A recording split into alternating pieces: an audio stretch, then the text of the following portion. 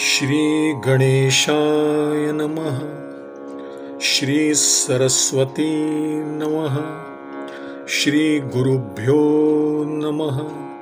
श्री दत्तात्रेयाय नमः। श्री रुक्मिणी पांडुरंगाभ्यां नमः।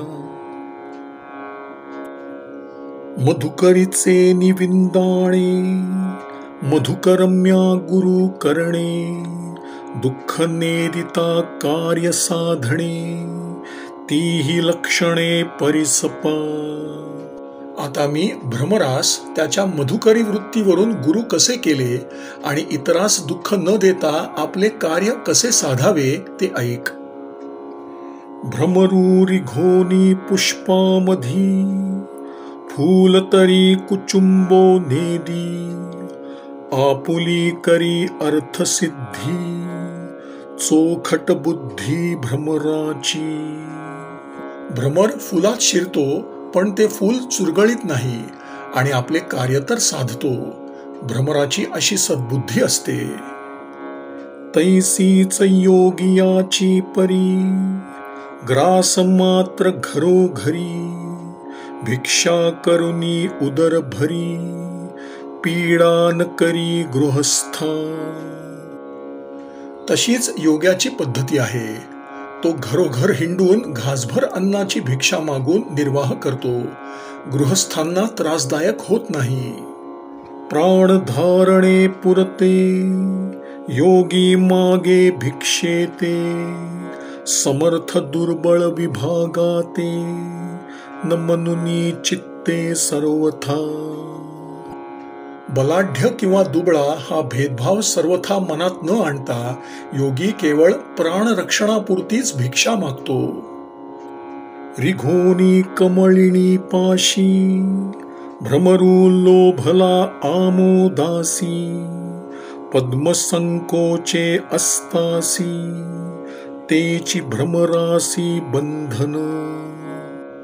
भ्रमर कमलिनीत शिरला असता तिच्या सुगंधावर लुब्ध होतो आणि सायंकाळी ते कमल मिटताच त्याला ते बंधन होते.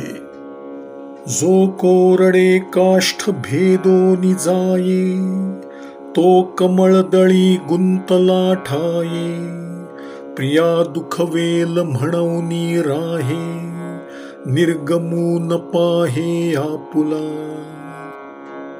जो भ्रमर कठीण लाकडाचाही भेद करतो तोच त्या कमल दलात अडकून पडतो. आपली प्रिय सखी दुखावेल म्हणून त्यातून बाहेर पडण्याचा मार्ग शोधित नाही. तैसाची जाण संन्यासी, एके ठाई राहिल्या लोलुप्येसी, तेची बंधन होये त्यासी, विषय लोभासी गुंतला. त्याचप्रमाणे संन्यासी एकाच जागी आसक्त होऊन बसला तर तेच स्थळ त्याला बंधक होते, कारण तो विषयांच्या लोभात गुंततो. अतिलहान सुमन जे काही, भ्रमरा तेथ उपेक्षा नाही, रिघोनी त्याच्याही ठाई, आमोद पाही सेवितू. थोरा थोरा ज्या कमळिणी, विकासल्या समर्थपणी, त्यांच्याही ठाई रिघोनी, सारांश सेवुनी जातसे.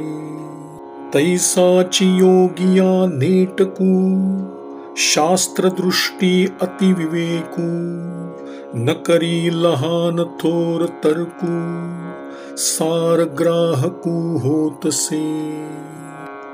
भ्रमर बकुळासारख्या अगदी लहान पुष्पाचीही उपेक्षा करीत नाही, तर त्यातही शिरून तो सुगंध सेवित असतो आणि पूर्ण उमललेल्या मोठमोठ्या कमलिनीमध्येही जाऊन त्यातील ग्राह्यांश सेवन करतो. त्याचप्रमाणे योगी हे लहान शास्त्र आहे आणि हे मोठे आहे असा तर्क करीत बसत नाही. सर्वातील सार तेवढे घेत असतो.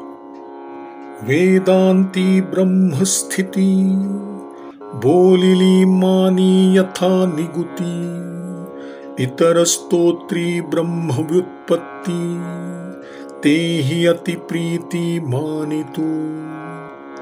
पंडितांचे वचन मानी साधारणू बोलिला हितवचनी. तेही अति आदरे मानूनी सार निवडूनी घेतसे.